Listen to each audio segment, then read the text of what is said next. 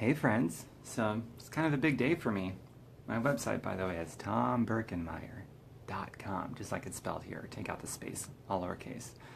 So I got my house. I paid cash for it. It's a big part of my story because just a few years before I paid cash for my house, no mortgage, no rent, I didn't have any income, no government help, nothing. So I just took on this beautiful learning curve because I like to learn new things outside of what I think I already know.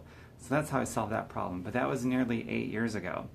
And now, since my dad passed on over 4 months ago, I haven't stayed at my house more than 2 times since my dad passed on over 4 months ago.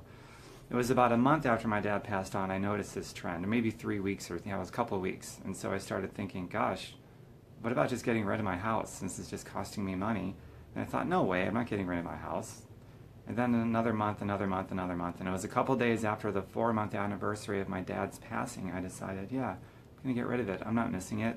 Whenever I go there to check it, I don't miss it, and I don't really care about it anymore. It's really bizarre, but it's the way it is. And it's been going on for months now, so I feel pretty good about the decision I finally made to, instead of having it cost me every month, I'll add it to my rental portfolio.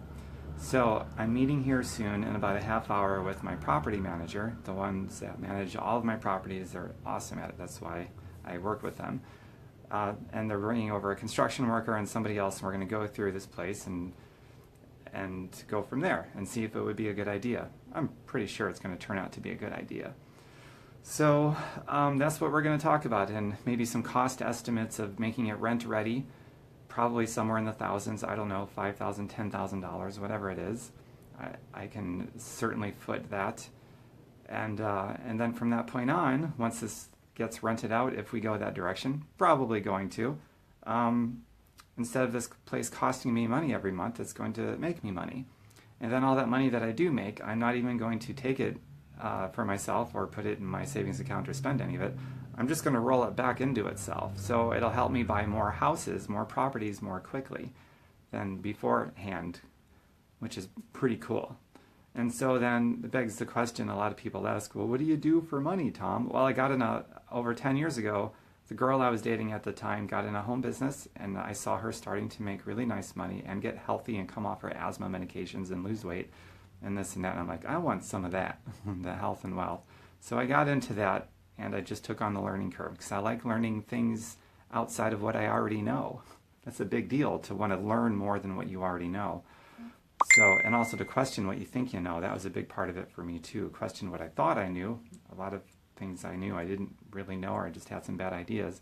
So I've learned how to build that, and that's how I can cover myself. So I can have a house, not have a house. I can do projects for free. I can work for free. I can do this or that, create experiences rather than worrying about how bills are going to be paid. It's all because of that home thing I built that creates the residual and passive money. I got away from ordinary earned income that you get at a job, and most self-employed people too, for that matter. Let's get real. Most self-employed people are more shackled to their dollars than people with a job, because at least with a job you've got some company that's going to cover for you and take care of you.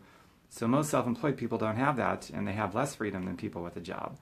So that's the difference maker is passive and residual money. Most people aren't making it, including self-employed people, and that's just a self-sabotaging mistake.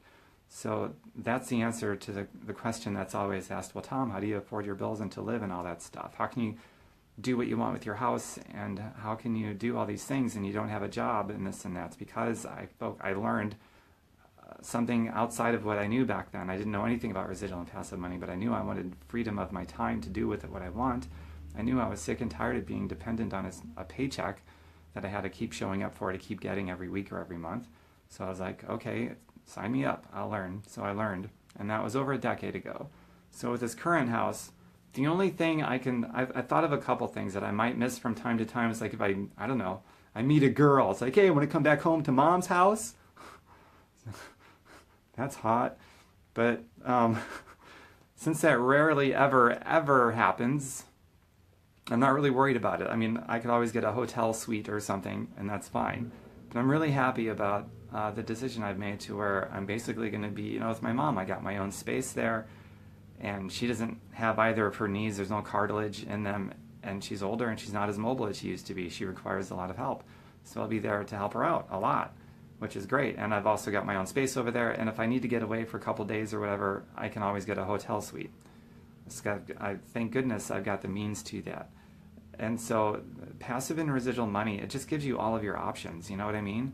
It's like, so you can do what you want with your house. And if you need to get away and go to a hotel suite or a hotel room or whatever, or travel or do whatever, it's the passive and residual money that makes all of that happen. Most people are pushed up against a wall with limited options because they didn't do anything to make passive and residual money. And all it requires is a deep desire to learn something new outside of what you already know. And if you have that attitude, then your excuses are gone. I don't care how you rationalize them, because your priority is to learn something new outside of what you already know. And sometimes that involves self-criticizing a belief that you've always had that maybe is garbage and was just sabotaging you all along. So that was like half of it, at least for me when I got started, learning something new that I didn't know about, and then also criticizing my own beliefs as I was being exposed that they were wrong. So that was a big deal. And that takes a lot of humility to do that. So that's my plan going forward. We got this meeting here, and I'll do another update, a live feed, or maybe a typed up post, and I'll let you guys know what's happening after the meeting with the construction worker and my property manager, and we'll see what we're going to do here. And then the day after tomorrow, I'm going out of town, traveling for 2 weeks. It goes back to that passive and residual money again. So I'll be covered while I'm, away. Well, I don't have a job anyway, so even if I wasn't traveling or on vacation or working or not working, I'm covered anyway because of that passive and residual money, so that doesn't even matter.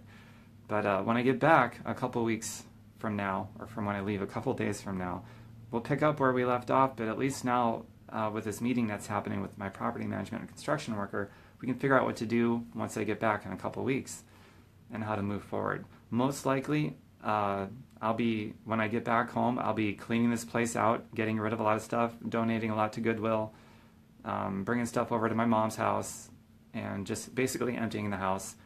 And that might take a day or two. I don't have a lot here. And then once that's done, most likely my property management company will move in with their construction team and make this place rent ready. And then from there, they will do their thing. They'll find awesome tenants to occupy this place. And there's a couple of gardens on the property, so this would be a really great place for somebody that likes a small house that requires very little upkeep and a couple of beautiful, organic, nutrient-rich soiled gardens. That's pretty cool. There's a couple of them, more than one garden like that in my backyard, and I've already got perennials of garlic greens and different mulberry and blackberry and raspberry trees and bushes and rhubarb and a peach tree, a plum tree, and still tons of space left over outside of all of that stuff. So that's pretty neat. So the right tenants are going to love this house. They're just going to love it. The yard is so beautiful, and there's wild flowers that grow in different parts of the year: spring, summer, late summer, into fall. And it's just ever changing that way. It's just a beautiful property. Someone's going to be really happy living here. So I'm really happy to have my property manager rent this out to the right people that's going to love this place for sure, and love it and care for it the way that I did for a while, until now I just don't care about it for some odd reason. So that's where I'm at, and I'll keep in touch with you guys as this process continues. And now I'm going to read the comments because I've rambled enough. And if you guys dig that concept about passive and residual money, private message me. I'll show you what I've been doing for over a decade. That's been enabling me to do what I want with my time without having to worry about time or money, so long as you love learning something outside of what you already know. A lot of people have joined me, so hello everyone. Good morning, Tracy. Marlene, well, thank you, Marlene. Good, smart move. It's an emotional move. I don't know if it's that smart. Financially, it's certainly smart, but it's more of an emotional an emotional move for me, both metaphorically and physically. Hey, Anne, I haven't seen you in a while. Good morning, Vicky. Well, good morning to you, Livy. It's very sweet that you are taking care of your mother. Yeah, thank you, Tracy. Taking care of my dad. Well, he's not with us anymore physically, and now just my mom. Be safe on your trip. Really want to connect with you. Well, Bree, connect with me now. By the way, I'm going to be connected. I bought the Wi-Fi package for the cruise ship, and then the parts of my trip where I'm not on a cruise, I'll still be connected. I've got my smartphone, which has Wi-Fi, and I'll have my laptop also, so that I can type out blogs like I like to do and do some other things on my laptop. So I'll be very connected, and I'll share stuff with you while I'm away. So feel free to connect with me now, Bree, if you want. Bunch of other people joined. Okay, so I'm all caught up with the comment. Oh, a new one. Good morning, beautiful. Well, good morning, beautiful. Good morning to you too, Guinevere Langlois. Langlois. I can't say her name. Have a great time and enjoy. Well, thank you, Tracy. Okay, now I'm all caught up on the contents. And I will keep this video, so if you're just joining and you're wondering what the heck was I talking about, as soon as I tap finish and keep, it'll process for a minute and Facebook will post it on my timeline. But pretty much done now, so does anybody have a comment or a question you'd like to ask me? AKA Genesis Art. Cool. That's awesome, Guinevere. So hey Sunny, so this whole live feed I guess had two purposes. One, to inspire, well, to share what's going on in my life since my dad passed on and what I'm doing with my house. And two, to inspire you to say yes to passive and residual money and to private message me about what I've got going on. That's the motive behind about half of my posts. You look good, been a while. Well, thanks, Genevieve. I appreciate that very much. I guess to end this video, I'll show you a little bit of my house, since I may not have it too much longer. This is the living room, my entertainment center that does not have a television because I got rid of the TV years ago. It's one of the best things I ever did. A little guitar thing here, it lights up. It's one of the things I'll bring with me to my mom's house. I love this little mirror display. I wonder if my tenants will want to keep that. Probably. It looks pretty cool. It's marbled and fireplace mantle. It looks pretty cool, I think. This is something I won with a company that I partnered with years ago. A body board, still shrunk wrapped. These are two little things I got shortly after I bought this nearly 8 years ago. Little inspirational things that I hang up on the wall. Here's a collection of some of the actually the most important books I've ever read before in my life. You know, in my opinion, one of the coolest things you can ask somebody is what books have they read? Or what trainings have they taken? What educational experiences has somebody had? You know, or seminars that you've seen. Like, I love flying across the country and going to exotic places and taking in educational seminars about money and health and things like that. And so these are these are the most important books I've ever read. And I think that's a great way to get to know somebody, at least somebody who's going to be interesting, somebody who's curious enough to go for the knowledge and learn cool stuff. Absolutely. That's what I think. What do you guys think? What do you guys think about that? Hope I don't sound like a snob. Oh my goodness. Let's see what else. One of my guitars. Be the casing for one of my, actually my only acoustic. I just have one. Let me show you my little music room here. So I'm going to miss this room. See all the music stuff? And look at this, my full stack here. Whole step, half step for music nerds. Whole step, half step. Knowledge is the key to growth. I love Eckhart Tolle. Cool. So somebody is with me on that. I have some of the same books. Awesome, Tracy. So yeah, there's my full stack, some more guitar stuff, an ancient tea set from my great-grandmother, some sheet music, more books and knowledge stuff, but this would be all music knowledge. I took lessons for a few years a long time ago, and my teacher was very smart and believed in notes and writing things down, and every time I went and took a lesson, which was once a week, I would go back with papers, pages and pages worth of notes, annotations to different pieces of music. I kept all of it, and now it occupies all these boxes, and I've just got tons of it. I'll never get rid of it. Lots of music theory study. And some of you might be familiar with this, my whiteboard. I've shared this with a lot of people. I did a whole video segment on time and priorities versus real life a If you guys are interested in that video, let me know. I'll send it to you. It's really neat. And how to use a calendar. And this, you guys might have seen me with stuff like this. Most likely, this one I was probably doing a video about pyramid scams. So in other words, it was about jobs, like every job in every company that's ever existed. So that was probably from videos I did about pyramid scams. And then, of course, I'm sure I did the antithesis, the solution, the cure-all for a pyramid scam in that video. But some of the stuff you guys might recognize if you've watched my videos. Oh, here is something I'm sure many of you recognize, because this is in a few of my pictures, and it's also, I think I'm holding it up on my like page, or at least I did for a long time. Pyramids are stupid, fireyyourboss.xyz.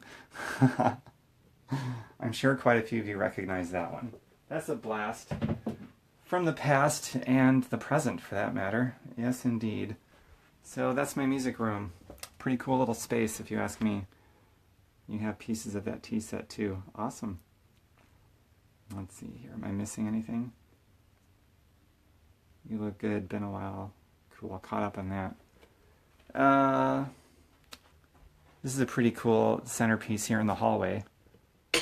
Decorated. A lot of stuff here I'm probably just going to get rid of because there's not going to be... I don't want to clutter up my mom's house, you know what I mean?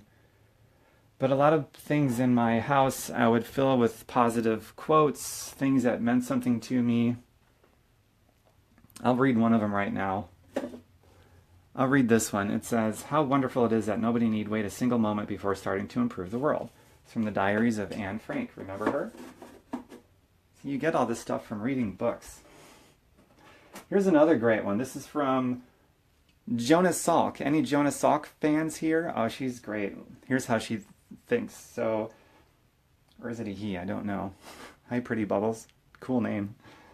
"If all the insects were to disappear from the earth within 50 years, all life on earth would end. If all human beings disappeared from the earth within 50 years, all forms of life on earth would flourish." Isn't that a hard truth? Here's one from Rachel Carson. Oh, I love Rachel Carson. She says, "But man is part of nature, and his war against nature is inevitably a war against himself." Oh, and of course I had to do one where I quoted myself. Let's see what I said here. I did this one probably about 7 or 8 years ago. So this is me.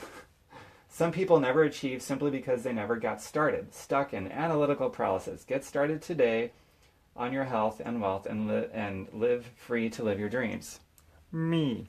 So, yeah, I quote mostly other people in my house, but I guess once in a while I'm going to quote myself because I think I have a good idea once in a while. I'll read a couple more while we're at it. You love the Anne Frank quote. "Awesome, Sonny. So do I." I surround myself with awesome quotes too. Cool, Vicky. Well, then let me read another one for you. This is from Ralph Waldo Emerson. I love Emerson. He's a simple genius. This one might be my favorite quote of all time. I don't know. But it's, "The law of nature is, do the thing, and you shall have the power. But they who do not the thing have not the power." Nike simplified it with "just do it," but I think it's so much more colorful the way Ralph Waldo Emerson said it. It's just brilliant. Okay, I'll share with you these 2 books. I'm such a nerd. Remember how I said, in my opinion, a great way to get to know somebody is ask them the best books that they've ever read or educational experiences they've had, because generally that kind of curiosity to learn like that, aggressively learn, makes for more interesting people. So these 2 books are the first 2 books I really seriously read, and they positively just impacted my life enormously.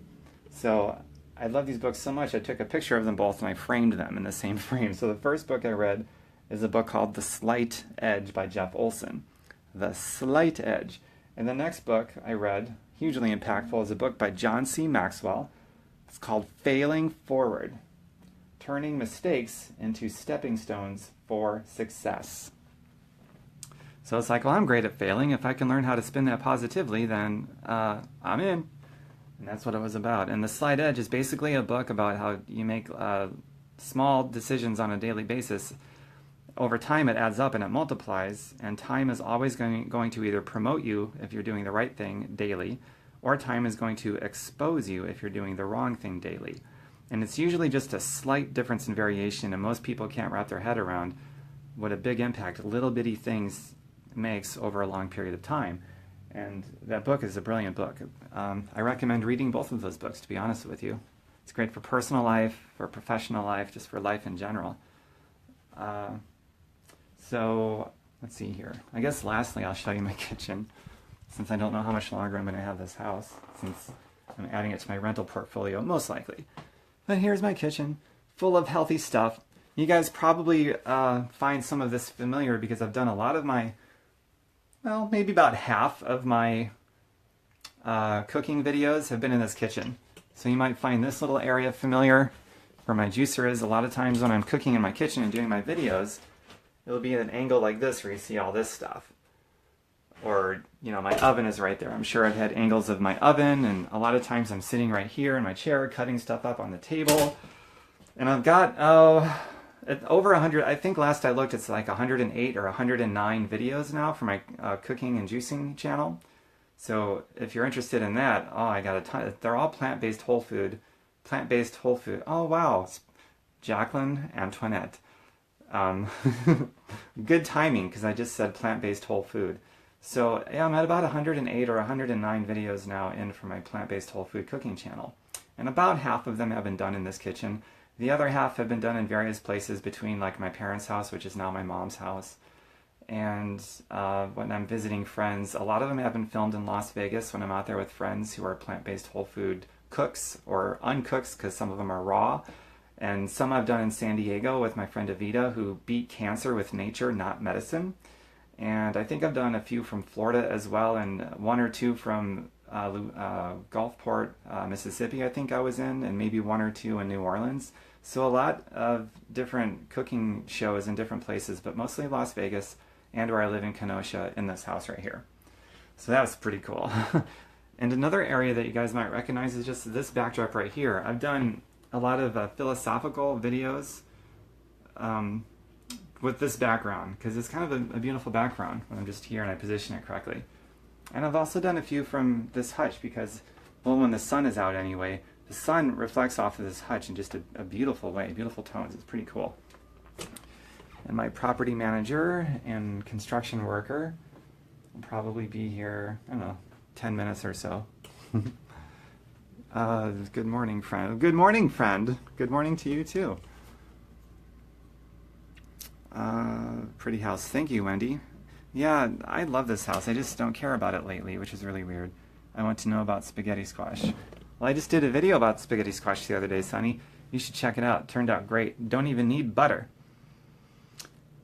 Jacqueline, if you're still there, I got all these beads and stuff from my last trip to New Orleans, and I decided to save them and hang them up on this curtain rod, and it looks kind of cool. And also, this I got, I don't remember which trip I got that, but it's definitely New Orleans kind of stuff. And my property manager just showed up, so I got to say bye for now. And for those of you that are interested in the residual and passive money, private message me. I'll show you what I've been doing for over a decade.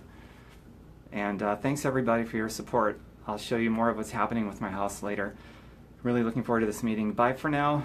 And my website is tombirkenmeyer.com.